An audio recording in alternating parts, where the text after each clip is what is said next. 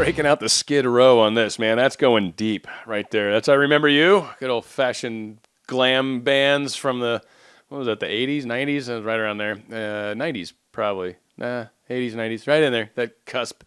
And Motley Crue, Def Leppard, all them, Ozzy, all these people. Had to have long hair. Had a ballad. You'd do like rock songs the whole album, but you'd have one ballad, one like love song thrown in there. It was anyway.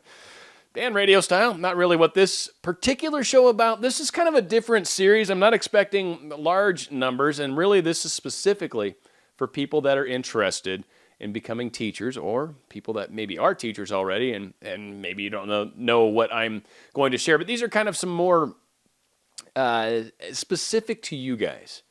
I want to talk about primarily the two things, really. Two things. First, when I was younger, I acclaimed something. I did an I am statement of profound importance and significance and all these things. But it was like, I kind of did it knowing full well that it was a very powerful statement to make, and knowing full well that what I was claiming to be was, well, I had no idea, let's put it this way, how deep that rabbit hole went.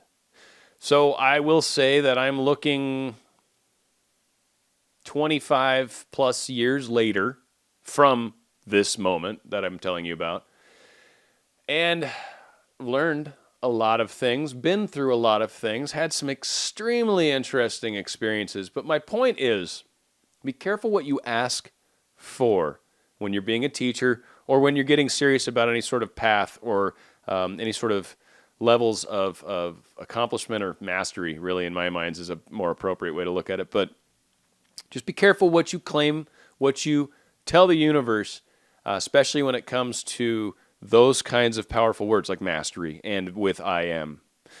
There's a path that's pretty extensive, and it'll surprise you. And I don't want to say good or bad. It's not like that. It's like serious, though.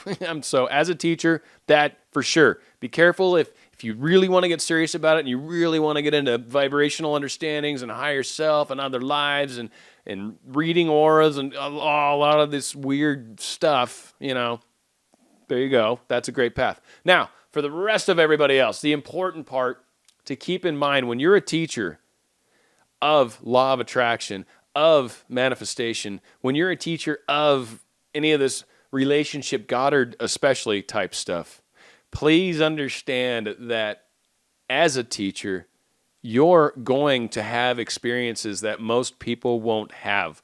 Why, do you ask? Because you need to understand the concept better than most everybody else. And the best way to understand something is to go through it.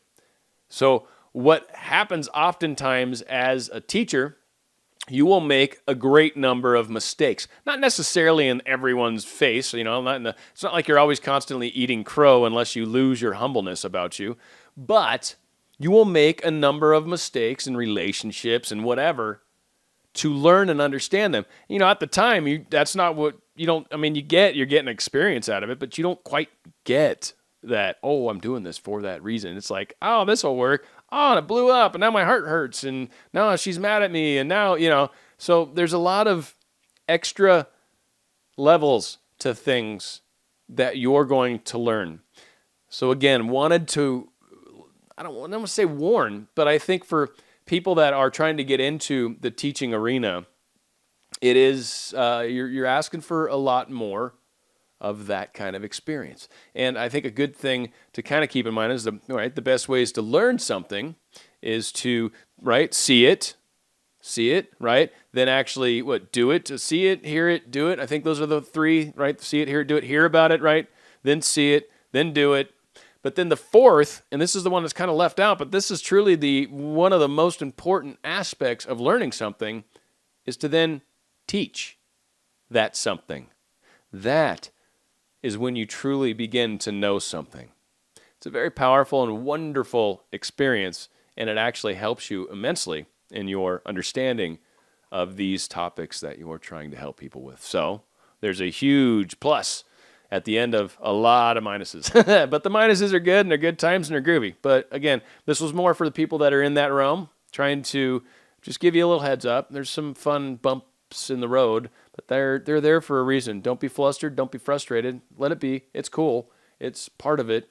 And you're really, in reality, are probably going to grow through it quicker than most people too. So don't feel like you're going to wallow in all this stuff. No, you'll see it. You'll deal with it. You'll move on. You'll see another one. You'll deal with it. You'll move on. I mean, it's pretty quick paced, and it's certainly as fast as you can go, but you're going to see a lot more of those things than most people. And then it helps kind of when you are dealing or helping someone and you've been exposed to so many different things that when they come at you kind of from an angle, you're like, okay, I mean, I get it. I get where they're coming from. Ask a few questions, kind of help them. This is what sort of got me going when I was at that place. Boom, there you go. And usually that's enough to get them moving on their merry way. So hopefully this helps. I don't know. We'll see how often I think of doing this. Every once in a while I might have some like more advanced stuff that, your average person might not listen to. So we'll see. We'll see if it works. Anywho, going out with Queen, doing a lot of little older tunes on this one. But this is Radio Gaga. I love this song. This is Dan Radio Style.